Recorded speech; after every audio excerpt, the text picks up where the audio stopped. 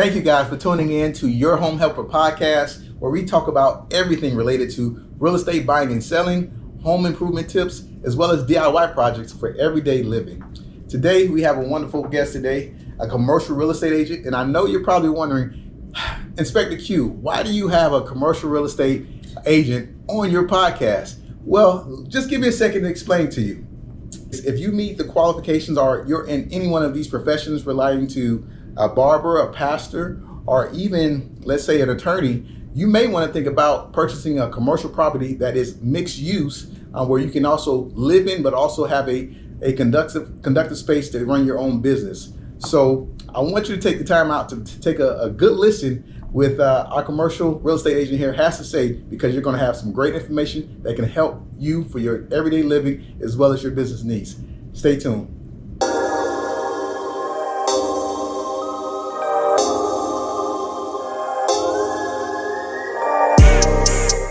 Hey guys, let's get right into it.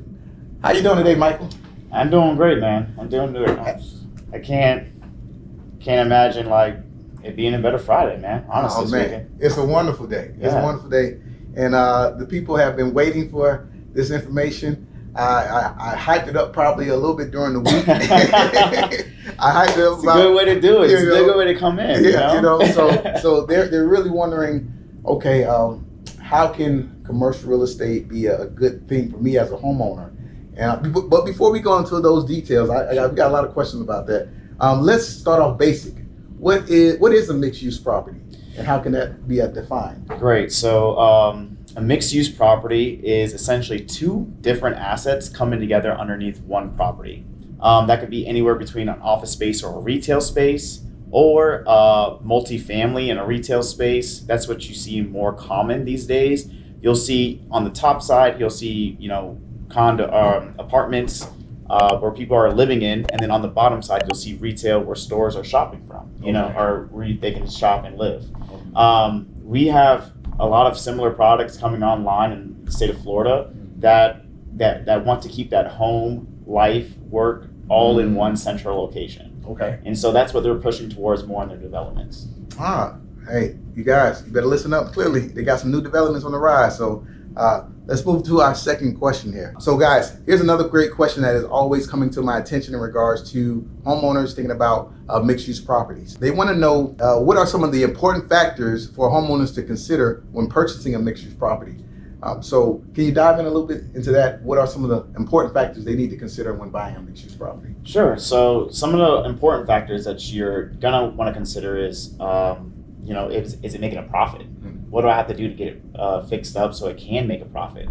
Most commercial real estate is valued off the profit that it generates. It's not valued off if you can live in there, if you can work your business out of it. It's mainly generating, if you have a tenant in there, how profitable is your building after you pay all your expenses from that building. Okay. So that's the major thing that it's based off of. And then afterwards, is it a wise investment decision for where you're at, personally speaking? And that's how most of our deals come together. It's, maybe someone's transitioning from a smaller unit to a larger unit. Maybe they're transitioning from a larger unit to a smaller unit. It really just depends on where their financials are looking like at that time. Okay. And if it's a good decision for them to tie it up into a piece of property. So if I'm, let's say, a barber and I'm looking to, dive into the barbershop space and get my own setup, what type of commercial property should I be looking for if I wanted a mixed-use property? Should it maybe somewhere downtown, or would you be able to kind of give somebody direction in regards to that particular trade? Sure. So for a barber specifically, one of the greatest things that you could probably do is do a mixed use where you have a condominium or apartments on top of you. So you have people paying you rent, or maybe you can even live there yourself. Okay. And then you might have another retail store on to the side, and that retail tenant would be paying you rent as well. So you can run your shop, have a shop paying you, have maybe a couple of units where people are paying you rent, and then you live for free there too. Yes. So you almost have a full circle right there. And then let's just say if you have a vehicle, you go out for your groceries, stuff like that. That's all local. So you don't really have to go anywhere, and you're making money from where you're staying. Hand over fist right there. That's a blessing. that's a blessing. That's what we came for right here. Next question. How does the process of purchasing a mixed-use property differ from purchasing a traditional residential property? The process is pretty similar as far as getting it together, understanding your inspections, understanding what's wrong with the building, what updates need to be had in order to attract appropriate tenants. And then afterwards is your financing, ability to do that, and then closing. So it's pretty much the same thing, straightforward, just the numbers are different. Okay. When it comes to getting into a commercial space, on average, it's 30% down on most of the loans. So the bank's only willing to at maximum, if you have really good financial flows and things like that, they might do 75%. But typically, the standard is about 70% of the loan on. Okay. So let's just say if the property costs $1 million, it'd be $300,000 as a down payment to get into the space. Okay. Hey, you got to have your money up if you're ready to go commercial. But it's still great benefit, and you're going to see why soon. Next question here. So, Michael, we're talking a little bit about the finances now. How can a person that is buying a mixed-use property know that they're getting a good deal? Because it's different than residential, right? Where you can easily, look at the next door neighbor and see what they sold their house for. But this is commercial. This is a little different, or is it quite the same? No, in that regards, it's completely different. Okay. It is based on the property itself. It's hard to compare, even if you have in a complex, you have two large office space like the one that we're in right now. Yes. This could be making a completely different revenue stream than the one right next door in the same parking lot. Wow. It just depends on who's the tenants, what they're paying, and things of that nature. That's the whole valuation of the property. And there's a lot of synergistic things with tenants. Similar tenants being in the building actually generates higher profits, which allows you to increase your rents too. Yes. So that also comes into play with a larger commercial space. But a smaller space that we were kind of talking about before, where you maybe have like 2-3 units, and then you have 2 retail spaces, it's along the same lines, but way more tamped down in the sense of how much it's really going to cost you. The one that I was referring to before, that's only $600,000 as a total for sale budget. And getting into a unit like that, you only really need to turn a profit about $50,000 or $60,000 a year in profit, and you're making a great deal. Okay. So it just really depends on your tenants and the building and the condition that it's in. Yeah, because when it comes to commercial, you may, like you said, have a bigger property versus a smaller property right next to it. So this just goes to show how important a commercial real estate agent is to kind of help you conquer, hey, this is way outside the norm for this particular property. Or this is a good deal. Because nobody should really be doing this type of stuff on their own. I believe so. Just based on, just the 3 questions that we addressed. I don't think anybody should be doing this on their own. So please seek the help of a professional when it comes to commercial real estate, preferably Michael in regards to commercial real estate. All right. Next question. Let's say now a homeowner actually moves into a multi-use property or a mixed-use property, forgive me. What are some of the problems that they may encounter in this particular property now they actually went on and bought the property and now have, let's say, tenants leasing out the commercial space? Maybe they have some residential, another unit that's being rented out. What are some of those additional issues that may arise as a commercial investor or commercial owner? Sure. If you're not familiar with the commercial space, the leases are different. So on average, when you're renting out an apartment or you're renting out your home, you'll do about 12 months to 18 months as a lease contract. In commercial, we do 3 to 5. And then we also do it differently when we negotiate our expenses on the property. So we do things called like a triple net lease, where the tenant itself pays for our taxes. The tenant pays for our utilities, our bills on the property. The tenant also pays for insurance on the property. So usually all that is, all your expenses for the whole entire property or that space is baked into the rent. Okay. So by the end of the year, you don't have to worry about, hey, did I save enough in my earnings to pay for my insurance? No, it gets paid every single month. Okay. Triple net lease. That's something that that's a new to definitely different from the residential. Because there's it's a good deal. It's definitely a good deal from the owner's perspective, right? Next question. Now, homeowners are, let's back up 2 steps. They're still in the consideration phase, and they want to know, is this a good opportunity for me to buy a mixed-use property, or should I just go residential? Can you explain the opportunity side from a mixed-use property? We kind of touched on it a little bit, but can we go a little bit deeper on the opportunity? Sure. So the best way to evaluate a property is, like I said again, on cash flow. Mm-hmm. So, for instance, let's just make the generic example that we've been using all this podcast is the property originally was $600,000, Mm-hmm. but after all of our net, we were making $50,000. Okay. So this particular landlord, he owned the property in cash. Mm-hmm. So that $50,000 was just coming to his personal. Mm-hmm. So what we would do is, the $50,000 divided by $600,000. That's your return, cash on cash, every single year. Okay. That's how you find out if that's a good investment or not. That could be, it could be higher if you maybe add some value to the property and maybe get another tenant in there and they're paying more. So that can turn into $60,000 a year, cash on cash. That's a 10% return. Wow. Every single year you own the property, or every single year those tenants are in the space. That's more than the stock market. It really just depends on your tenants paying you the money, and then what you have expense-wise to either pay to somebody or keep in your pocket. So if you do have debt service that comes out of your net profit or net revenue, but honestly speaking, it really just depends on the loan that you get at that point in time. The people that we're working with that end up purchasing it, they purchase it in cash as well. And then they ended up putting some more value into the property or equity into the property. And now it's getting them about a 9.8% return.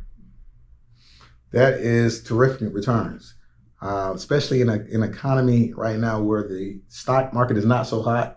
A lot of people are kind of backing off stocks and going more so into bonds, but this is another great avenue for them to transition if they're thinking about really utilizing their money in a way that can help pay them forward, rather than just putting it into a real safe investment that may only do about 2%. Worse than that, leave it inside of a savings account, which is 0.00011. You get it back at the end of the year, you're like, that hurts. Got $2 for your money from your interest that you gave. That doesn't look good at all. The next question is, what are some of the potential risk associated with owning a mixed-use property, and how can it be mitigated? So some of the risks are obviously the building itself. That's why we rely on people like you to do the inspections that you do, because if I'm coming into a property and maybe the electrical is older than I'm foreseeing, that's an expensive, very expensive endeavor to do. Anything in commercial, as far as building on the property or doing construction to the property, is generally more expensive. Okay. The one good thing I will say is 9 times out of 10, you can push those expenses through to your tenants. So the tenants will pay you extra money for better space. Okay. It just depends. Obviously, you can't be in the middle of a rough neighborhood and build an A-class building and expect somebody to come, in an A-class site when it's not an A-class neighborhood. You got to make it make sense. You got to make it make sense. You got to build it around. So, All right. I hope you heard what he said. Get the inspection. That's what I heard. Get the commercial inspection. Make sure that you're buying something that is worth the value that you're paying it at. You may have electrical issues. You may have plumbing issues.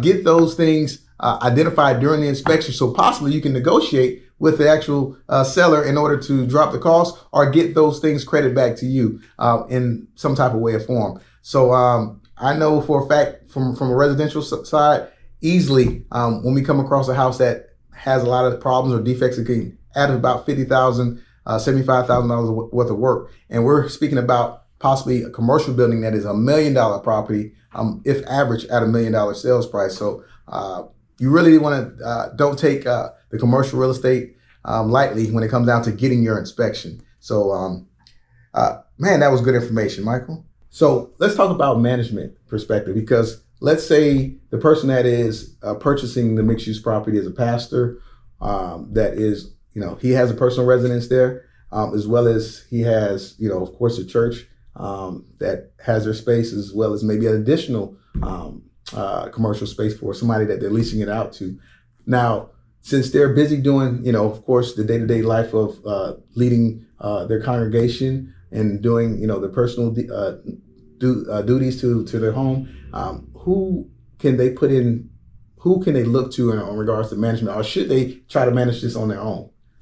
Well, for the smaller properties, I think, especially if you're living on site, you could probably manage it yourself. Okay. As far as commercial leases go, they're pretty quick and straightforward, and they last a long time. Okay. So you might have to hire or a commercial agent to do the lease for you, market the space and things of that nature. But once that tenant's in there, he's in there. Okay. And then typically how the lease is structured, that it's on the tenant's responsibility to take on care of everything inside. Okay. So it's similar to like a condominium complex. The inside is yours, outside is theirs. You know, so you could probably do it yourself. As far as the apartments where the pastor is living and things of that nature, that's on the dealer's choice, because to me, it's not that hard to do a lease turnover, but it just depends if you have a lot of turnover for that particular property. Yeah. If you have a lot of turnover, if I was a pastor, I would, maybe leave it to a management company to get it done. Yeah. But if it's only 2 or 3 units, I could probably do it once or twice a year, maybe every January. I'm expecting to either market the space or renew for my tenant to get there. Okay. So, I mean, that property is pretty small enough, and especially if you're living there, you're touching everybody every day. Yes. It's a community at that point in time. True indeed. So, that answers the question great. If you have a smaller property where you feel though as if you can manage on your own, go ahead and, be your guest and do that. But you also have to be honest with yourself if you have enough time invested. If you feel though as if maybe you're not the social type of person, you may want to consider your character trait in regards to are you okay with dealing with these individuals from a business standpoint as well, because you are living there. So consider that too as well. But hey, I had a pleasure today. As my guest. We got to do this again. Absolutely. We got to do because there's so many other questions that we didn't address. So many other properties that we have too. Yeah. So, I mean, this was on one of the assets, which is a mixed use asset. But I mean, in commercial real estate, there's 5 or 6 different assets. Yeah. Quickly just tell them the different type of commercial properties. Sure. So what we mainly deal with at ISL Commercial, we do warehouse or industrial, office space, retail, land. And that's where we end off, but there is multifamily as well. So again, this is Michael Voss here with us today, commercial real estate agent with ISL. Please get in touch with him with any commercial real estate needs that you may have. He's, as you can tell, a breadth of knowledge, great person that you want to conversate if you're even thinking about making that move. Don't wait till you actually have the funds to do it. If you're thinking about going into that space and you have those ideas, reach out to somebody that can kind of steer you in the right direction so they can know what your uphill battle may be, or with it may not be a battle at all. It may be something that you can smoothly run into, but get with a professional like Michael to assist you with that. Do you have an Instagram that you want to shout out to him? Or? I don't have an Instagram, but I have a LinkedIn. You can always find me at Michael Voss. I'm with ISL, Investment, Sales, and Leasing. So you can find me there. I'm pretty active on LinkedIn. Awesome. Hey. Again, guys, we thank you for joining us here at Your Home Helper Podcast, where we provide tips on home improvement, DIY projects, and everything related to selling and buying real estate. Please check in again for our next video, as well as our next episode on our podcast, as well as on YouTube. Thank you again. Thanks.